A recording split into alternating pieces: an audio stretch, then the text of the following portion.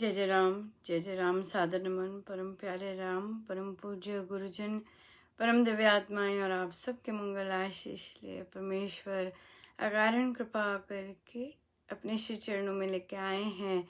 उनका बारंबार धन्यवाद, अनंत अनंत बार धन्यवाद, अनंत बार धन्यवाद।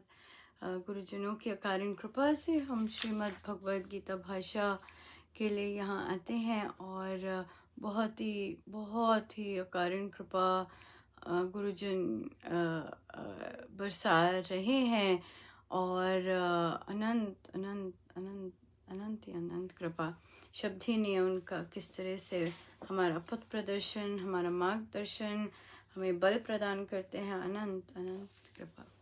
हम हैं पेज 133 और हम श्लोक 30 श्लोक पे जाएंगे। हमने 29 श्लोक कल तक किया था। भक्ति योग का महत्व दर्शाते हुए भगवान ने कहा, अंतरात्मा से सब कर्मों को मुझ में त्याग कर समर्पण करके फल की आशा और ममता से रहित होकर और अहंकार के जवर से मुक्त होकर तू कर्तव्यमय युद्ध कर।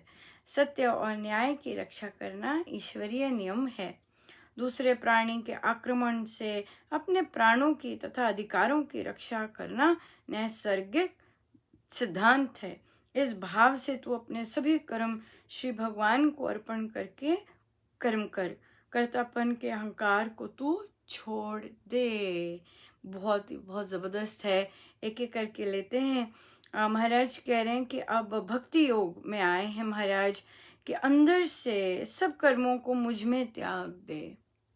सभी कर्म, हर चीज जो करवा रहे हैं, सब उनमें त्याग कर फल की आशा, कर्म करना है पर फल की आशा, मैंने ये कर्म करना है, मैं कर रही हूँ, इसका फल क्या है, राइट? इसका फल क्या होगा, कोई क्या कहेगा, कोई रिस्पॉन्ड कैसे करेगा, कोई किस तरह से बात करेगा, इसका मुझे इसमें अनुकूल चीज मिलेगी या प्रतिकूल चीज मिलेगी, ये सब नहीं।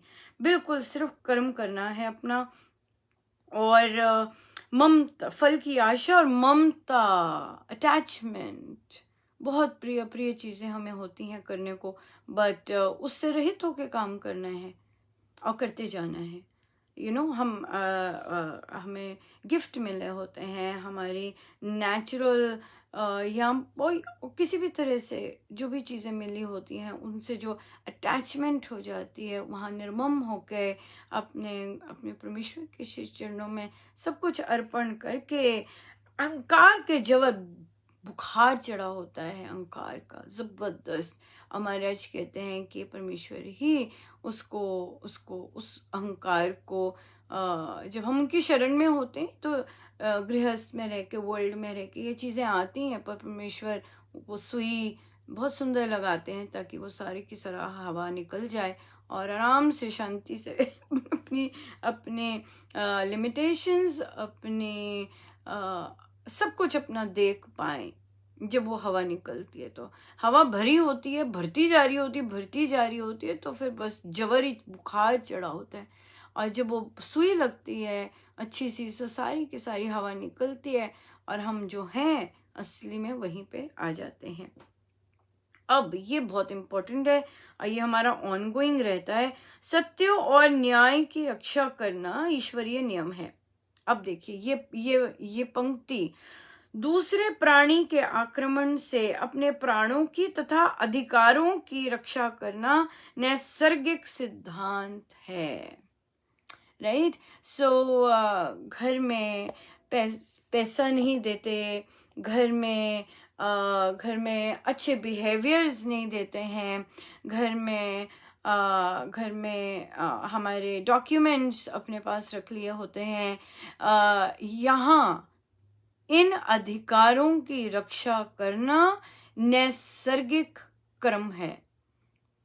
सो ये करना, ये बहुत इम्पोर्टेंट है और ये हम करें, ये करना है।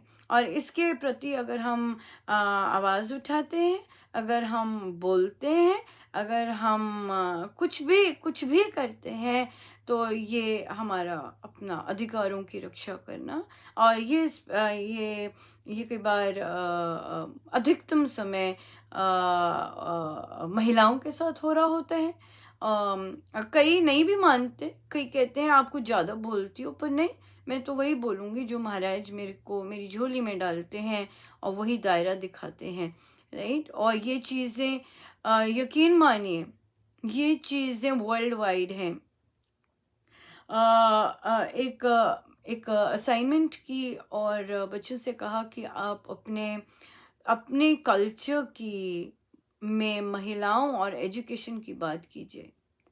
बहुत से बच्चे थे जिन्होंने बोला कि हमारे यहाँ महिलाओं को के साथ ठीक बर्ताव नहीं किया जाता, उनको सिर्फ खाने पीने के लिए ही समझा जाता है, और उनको केवल उनको उन्होंने लिखा, कहते कई महिलाएं खेतों में काम करके आती हैं और इतना हैवी वर्क करके घर पर जब आती हैं तो उन्हें घर का भी सारा का सारा टेक केयर करना पड़ता है। सो ये वर्ल्ड वाइड है, ये वर्ल्ड वाइड है, और वर्ल्ड वाइड है तो इसीलिए बहुत सारे देश में महिलाएं निकल रही हैं इनसे, हम क्यों नहीं। हमारा तो वैसे ही संस्कृति बड़ी स्ट्रांग है महिलाओं के मामले में, वो तो हमारी तो या तो हमारी आदत है, हम भूल जाते हैं बहुत जल्दी, या फिर पढ़कर भी हमारे हर घर घर में रामायण जी का पाठ होता है और गीता जी का पाठ होता है, पढ़ा जाता है, पूजा की जाती है, पर उसके बावजूद भी हम एक दूसरे के साथ ट्रीटमेंट अच्छे से नहीं करते हैं। और उसके लिए तो फिर खुद को ही जगाना है, खुद को ही स्ट्रांग करना है। क्यों? क्योंकि हमारा नैसर्गिक कर्म है। यहाँ पे महाराज ने बोला अपने अधिकारों की रक्षा करना नैसर्गिक सिद्धांत है, सिद्धांत है, राइट। सो इसलिए इसलिए महाराज कह रहे हैं इन चीज़ों के लिए अगर हम बोलते हैं, कुछ उठाते हैं, तो यहाँ पर हमारा अहंकार जो आता है, कर्तापन का अहंकार आता है, ये तू छोड़ दे कि तू करने वाला है, तू नहीं किया, ये सब बिल्कुल छोड़ दे।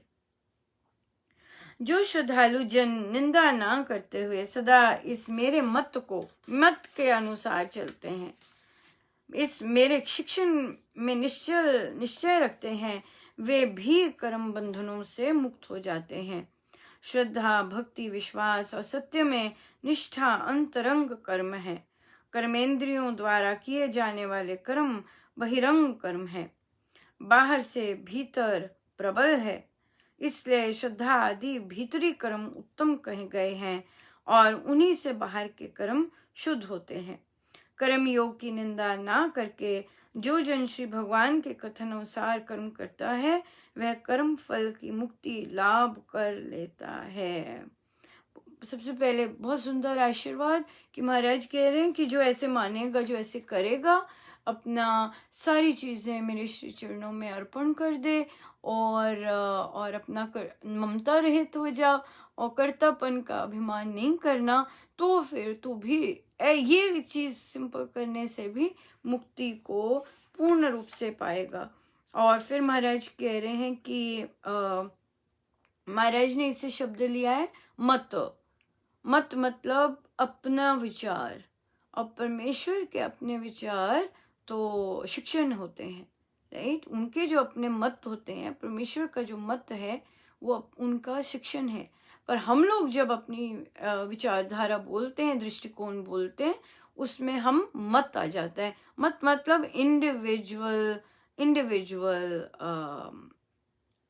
Individual thinking, right.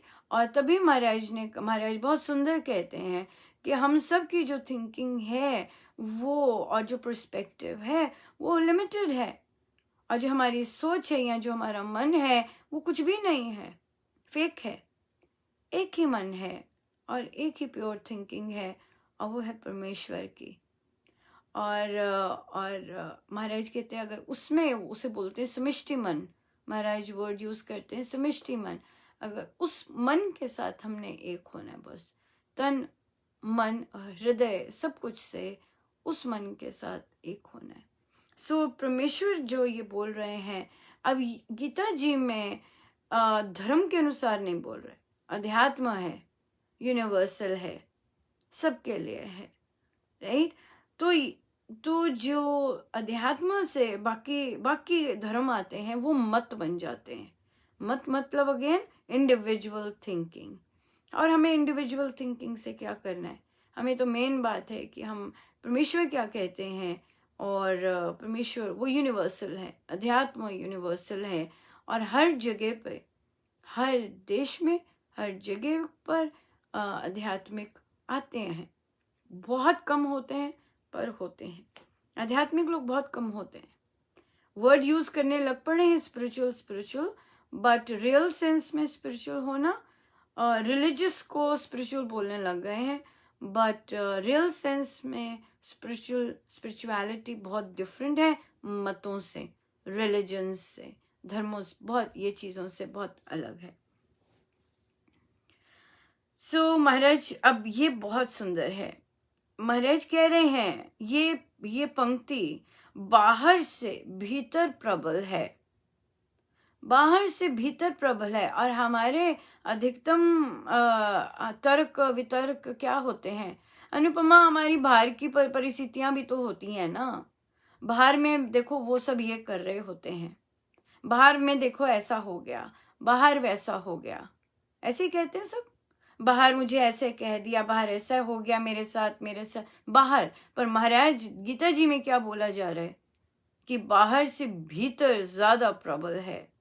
सो इसलिए महाराज कितनी सुंदर कई बार बुलवाते हैं कि भाई बाहर जो इतना जोर जोर की अत्याचार अनाचार ये सब कर रहे होते हैं, ये लोग स्ट्रांग नहीं होते हैं। जो इनर थिंग है, जो अंदर से स्ट्रांग है, वो स्ट्रांग होते हैं। खोखले ये जो बाहर जो की चिल्लाएंगे, जो की बोलेंगे, वे अंदर से खोखले होते हैं। सो इसलिए ये हमें रिकग्नाइज करना है कि हम बाहर से क्यों घबराएं। जो महाराज ने बोला है कि भीतर ज्यादा प्रबल होता है।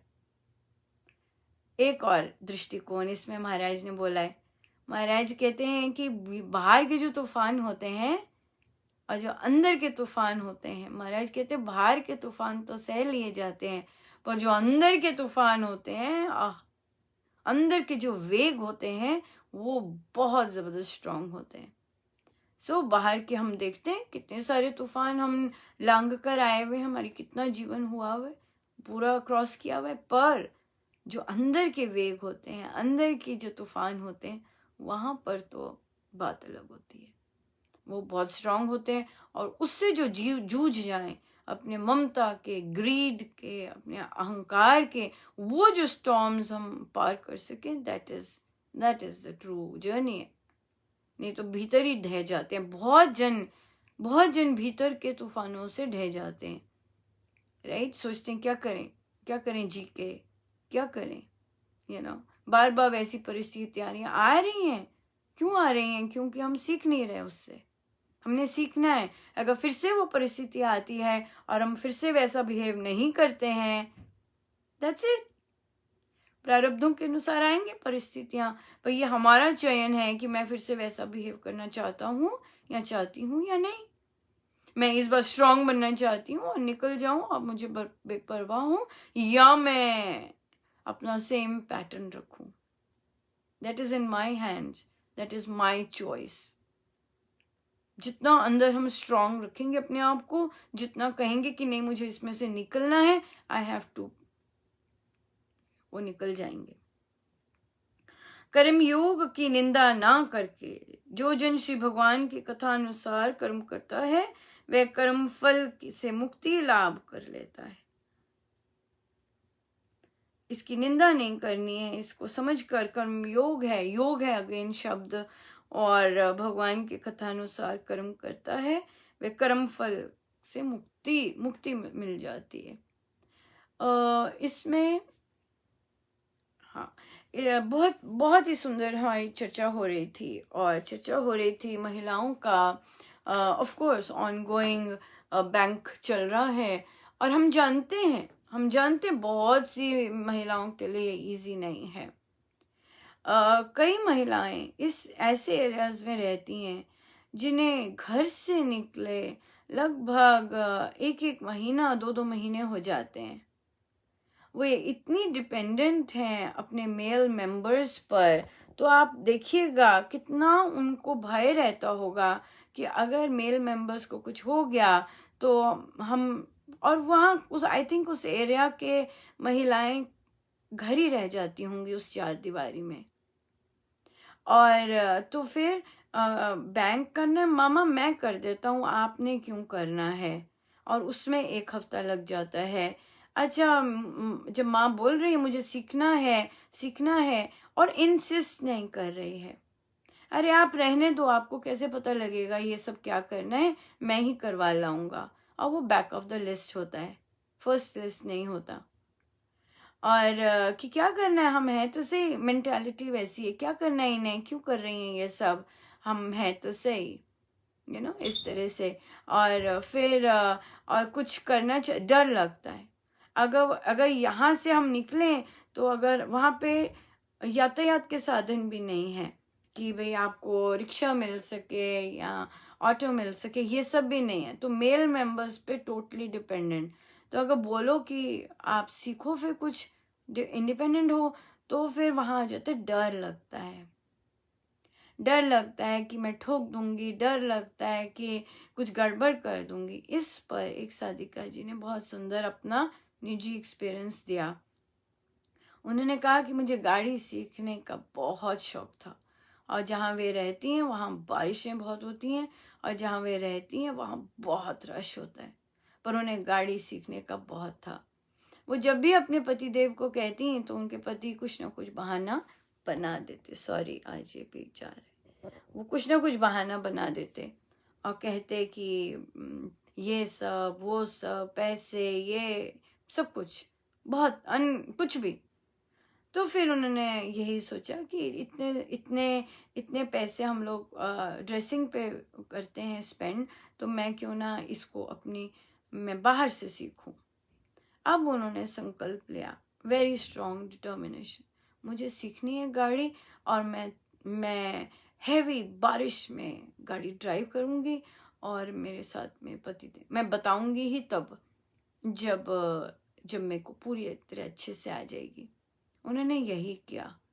वे वे अपने उन्होंने ड्राइवर से सीखी, बाहर प्रोफेशनल से सीखी। तभी तभी सभी साधिकाओं को बोला है कि अपने फैमिली मेंबर्स के पास मत जाइएगा, मत जाइएगा, क्योंकि ऐसे कामों के लिए, उनके लिए ये लिस्ट सबसे पीछे होगी। मत जाइएगा उनके पास और खुद से कीजिएगा। तो फिर तो उन्होंने प्रोफेशनल से सीखी, और प्रोफेशनल से सीख के फिर उन्होंने चलाई, और फिर अपनी गाड़ी पे आई, और उसके बाद उन्होंने बारिश में चलाई, और साथ में उनके पतिदेव बैठे हुए थे। सो ये खुद ही करना पड़ता है, इन चीज़ों से पार खुद ही होना पड़ता है, कोई प्लेट में नहीं देने वाला। ये जब तक अगर महाराज ये सब बातें सुना रहे हैं तो that's it, that's how it should be, and that's how it's going to be. तो इसलिए हर कोई इस जीवन में बहुत चीज़ों से जूझ रहा होता है, पर अगर हम निर्णय करते हैं मुझे अब घबराना नहीं है, मुझे भय नहीं करना है, मुझे नकारात्मक की गली नहीं जाना है, मुझे पक्का विश्वास रखना है, पक्की श्रद्धा रखनी है, जीवंत विश्वास रखना है। अगर हम इस तरह से चलते हैं और निश्चय करते हैं अंदर परमेश्वर का हाथ पकड़ के, everything is possible, nothing is impossible. आत्मा के लिए तो कुछ इम्पॉसिबल है ही नहीं, और गुरुजनों, स्वामी जी महाराज तो बिल्कुल नहीं, है ही नहीं। सब चीज़ें आ जाती हैं प्रैक्टिस से, बात है कि हमने उसका निश्चय करना है। यस, चलिए हम सीधे होके बैठे, अपने प्रभु, अपने गुरुजनों के श्री चरणों में बारंबार नमन, अनंत बार नमन।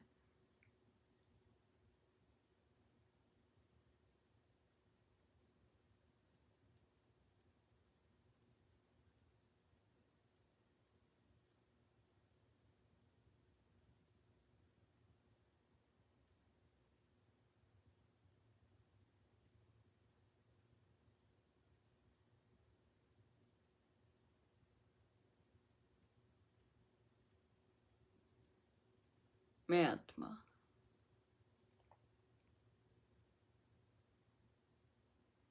अनंत शक्ति का भंडार। मैं आत्मा निर्लेप।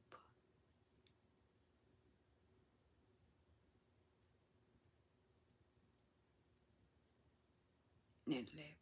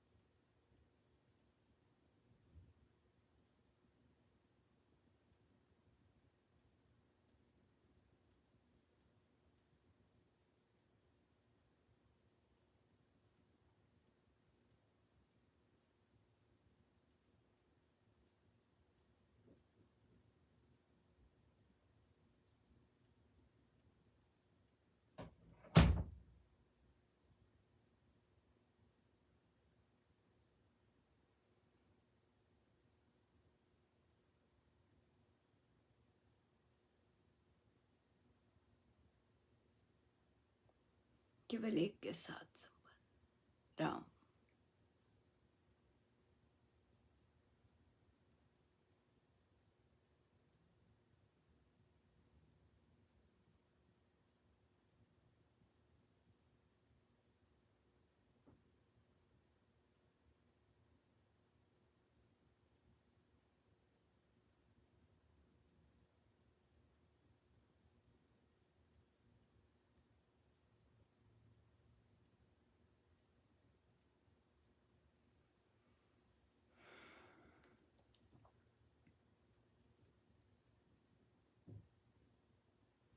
जितनी देर हो सके हम अपने आप के साथ बैठे, सब गुरुजनों का उन्हीं के श्री श्री जय जय राम, जय जय राम, जय जय राम,